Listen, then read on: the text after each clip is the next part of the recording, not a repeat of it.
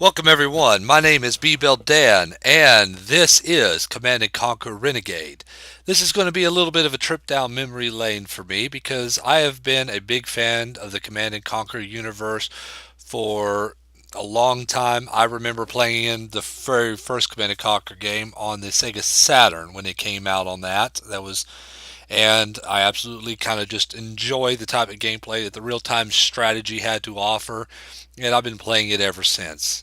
And Command and Conquer Renegade, for those of y'all that do not know what it is a first-person shooter that takes place in the Command and Conquer universe. It actually takes place shortly, either during or shortly after the First Tiberium War.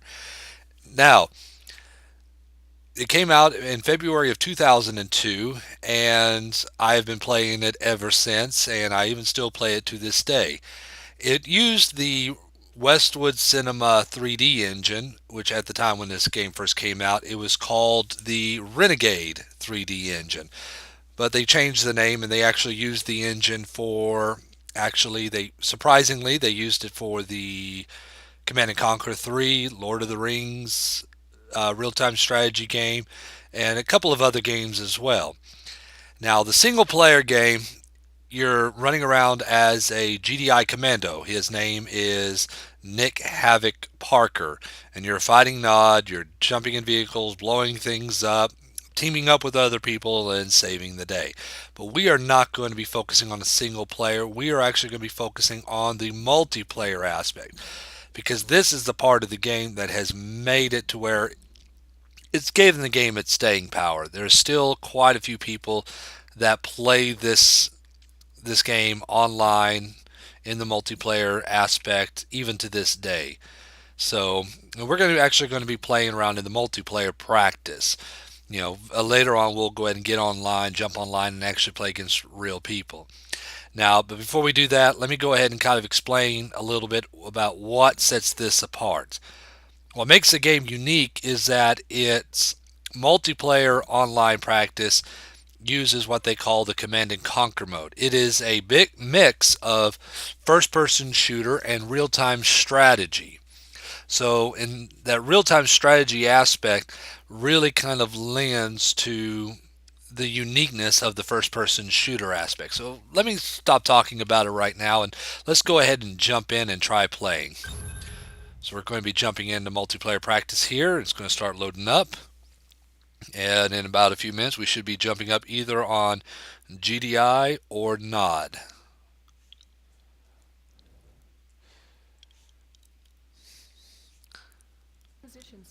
Oh, and we are on GDI. Here we are. You start off spawning up somewhere inside the base. There's two bases. Right here we are in the GDI base, and on the other side of the map is going to be the Nod base. You usually start off as just a standard infantryman, and you can go ahead and run out here, and we'll start doing this first, and just start trying to destroy things. Now this part right here looks exactly like your standard first-person shooter. You have your teammates. Right now everything is played by bots. And on the other side of the map, should be coming up here pretty quick, would be our enemy that we are trying to take out. There's one right there. Now they do have hitboxes, so the damage that they receive depends on where you hit them at. They take more damage when you hit them in the head than when you hit them in, let's say, the leg or the arm.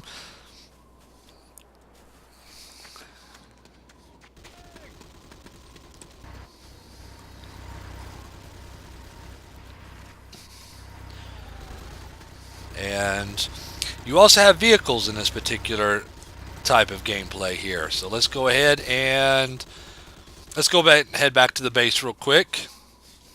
Actually, I'll tell you what, let me go ahead and show you the Nod base. Like, we had our base, and over here they have their base. I just heard the Nod obelisk go off, so we could simply just think about, okay, well, we'll just go ahead and just kind of just run right around in here, around this corner, and there's the base.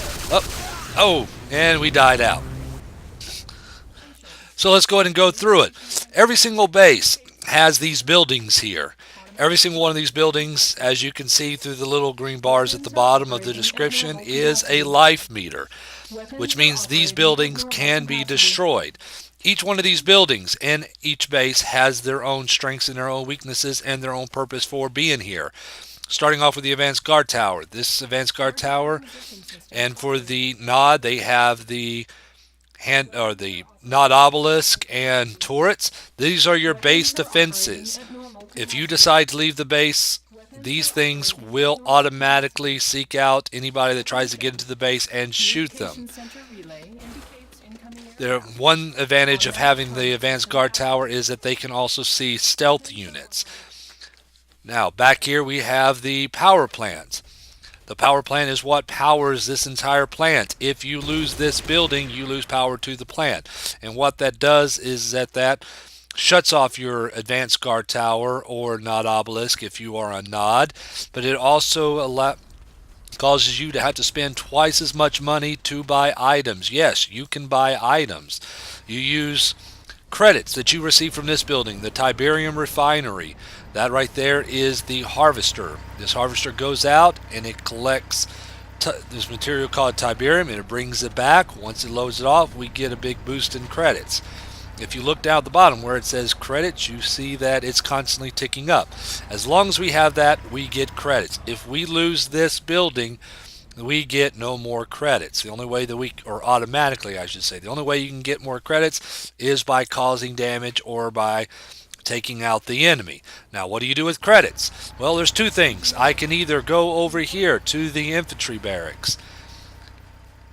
The nod side, they have the hand of nod. Once I'm inside the infantry barracks, I can go up to any one of these terminals and I can purchase characters. Now, these characters, they cost absolutely nothing and they're actually available at all times.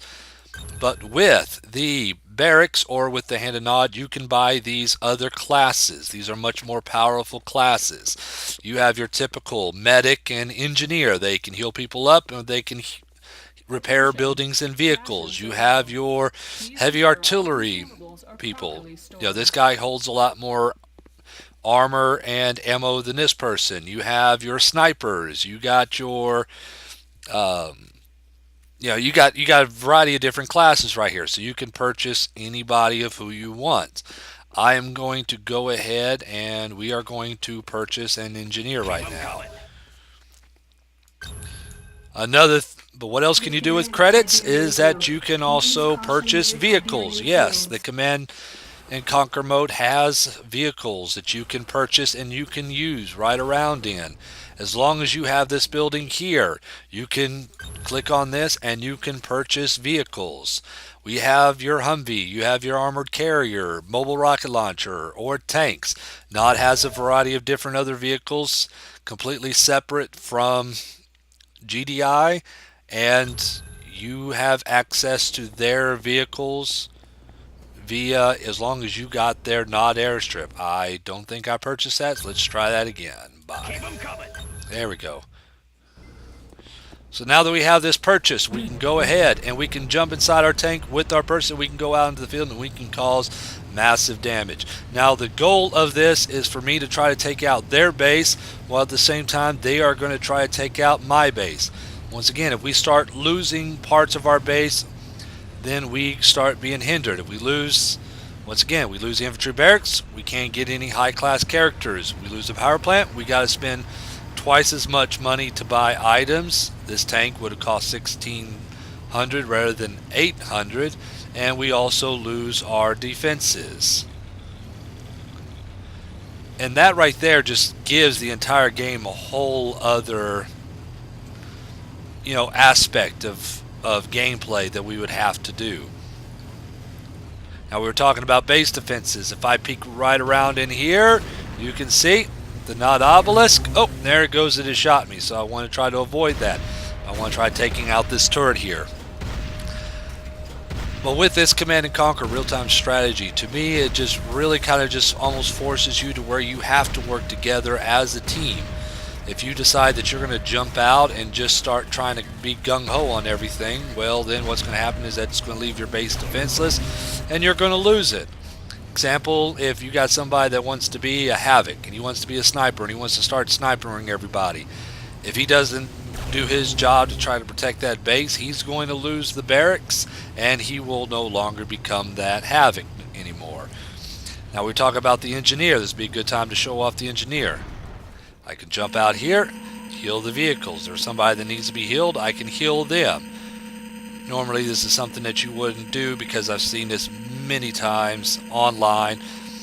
Somebody has a tank, gets getting damaged, medic jumps out, starts repairing it, leaving it to where there's nobody inside it, and somebody in an odd stealth suit just comes right in, jumps right in, takes it, runs the person over, and they take the tank back to their base, so they get a brand new tank. And yes, I said you can run people over. This is probably one of my favorite parts of the game. You can just simply don't even worry about shooting them, just run them over. Now you can destroy their nod harvester or their harvesters. If you destroy their harvesters, you get extra credits for it, but you also slow down their ability for credits. Come here. Normally inside the game, when you run over somebody or when you kill somebody, you hear a little bit of a boink sound. Not in the multiplayer practice. So let's go ahead and see what type of damage that we can cause here. I'm going to first take out their Tiberium harvester here.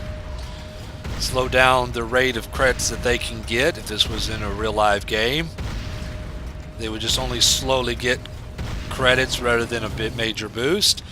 Oh, see, there's a GDI soldier right there. I can go ahead and heal him up, as you can see. But he's a bot. They're dumb.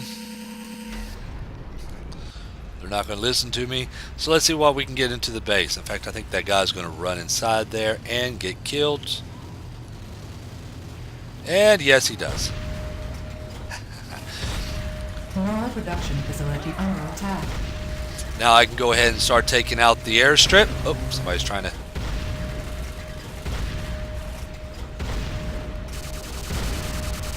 take out this guy here. There we go. Back to the old... Tell you what, let's see if we can make a run for the obelisk. Try taking it out. Yep, I'm in here.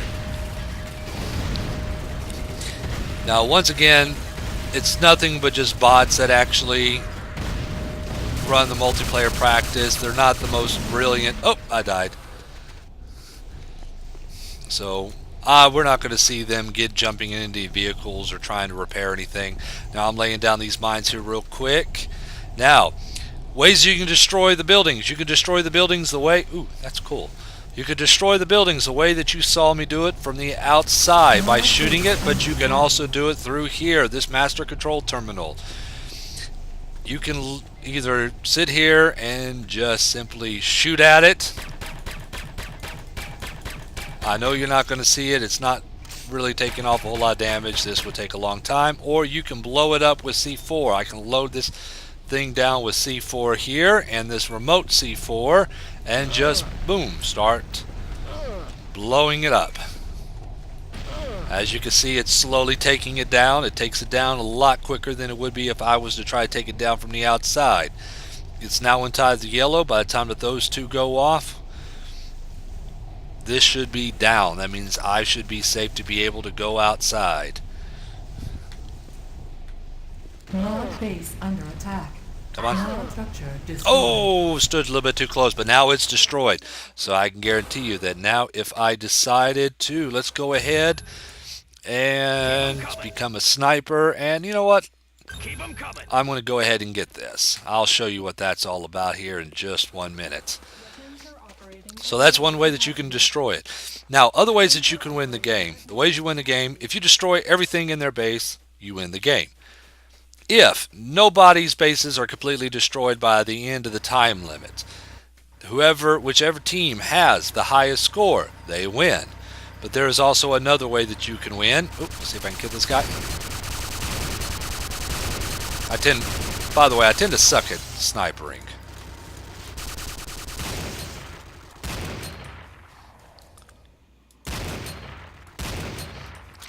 There we go. Oh.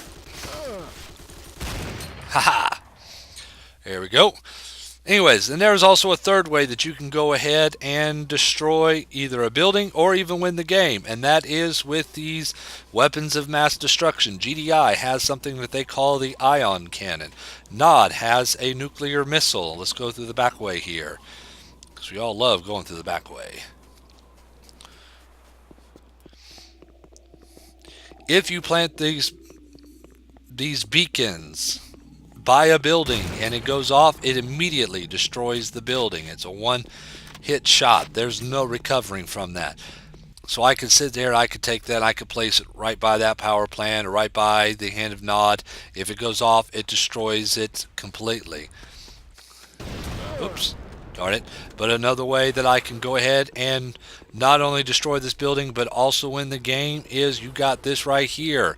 This is the beacon pedestal. Oh, darn it. Seriously?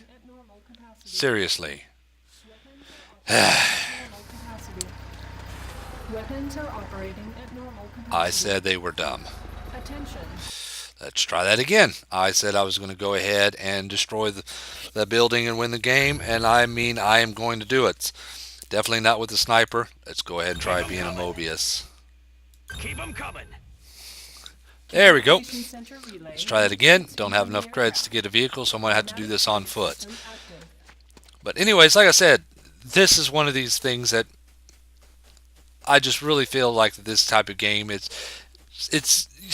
unique from any other games, first person shooters that are out there. You know, I'm sure there's probably other first person shooters out there that have vehicles and stuff, maybe even bases though, but there's not really a whole lot of games to where, you know, the base itself plays a very important role, you know, into the game itself, and as you lose the base, it affects the gameplay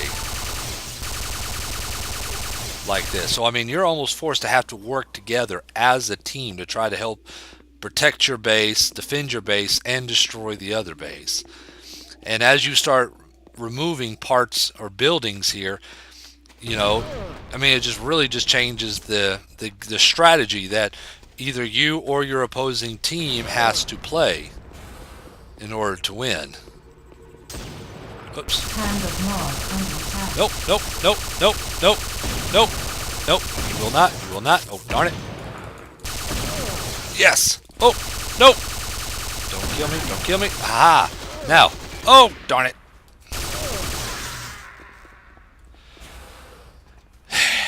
Automatic target system. Forget it. Well, anyways, this is Renegade Command and Conquer. I think you kind of get the idea. Once again, if I was to go ahead and be able to put something on that beacon pedestal and the beacon went off, that would be basically a instant win right there. It didn't matter whether if they have their entire base up and if they had the highest score. Beacon pedestals tend to win it all. So those are the three ways that you can win it. Once again, this is Command & Conquer Renegade. I think this is a very good game. You know, you can even still buy to this day. It tends to be bundled in with a whole bunch of other Command & Conquer titles. One example is Command & Conquer: The First Decade. You can purchase it and play the game through that, and they still have a lot of servers that are still out that are still active, and they still tend to have anywhere between 30 to on average, I think I've seen about around 50 people in some of these servers. So it's a real fun game, and it still has a really good following. So I would go ahead and strongly recommend trying it out whenever y'all get a chance. You don't know what you're missing. I've actually had a few friends that have never played this before, but once they start playing it, they remember it. I mean, we even still talk about it. Man, you remember when we played this game? Oh yeah, I remember when we played this game. We talk about getting together and we play it, and we just basically have fun. And it's also a lot of fun when you're on the other team, when you're not, because then you have all the stealth units and stuff. Eat it in your face. So, but it's a good little game. The graphics aren't quite, they don't really hold steady to some of today's game standards. Oops.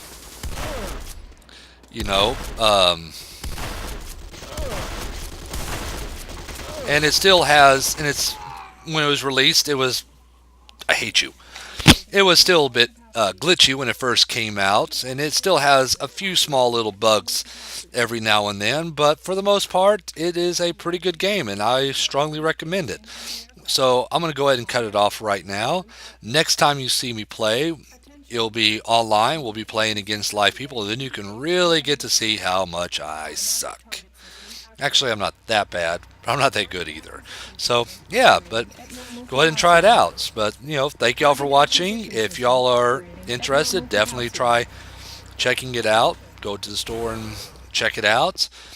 Other than that, so thank you very much for watching, and I will see you next time.